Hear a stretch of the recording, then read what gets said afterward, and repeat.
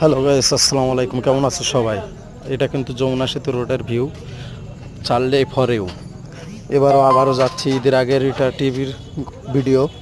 আবারও যাচ্ছি supper concert থেকে চিটাগাং, ফেনী, ঢাকা টিপ মারতে ঈদের পরে। সবাই কেমন কেমন আছেন সবাই জানাবেন।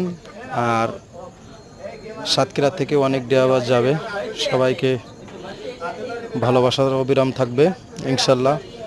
আর সাপার আর সাতক্ষীরা, কানসার্ট, বাগা এইসব নিয়ে যে ভিডিওগুলো করছিল, তারাই যেন কি করে মুখ দেখাবে, এটাই বড় কথা ভাই। অনেক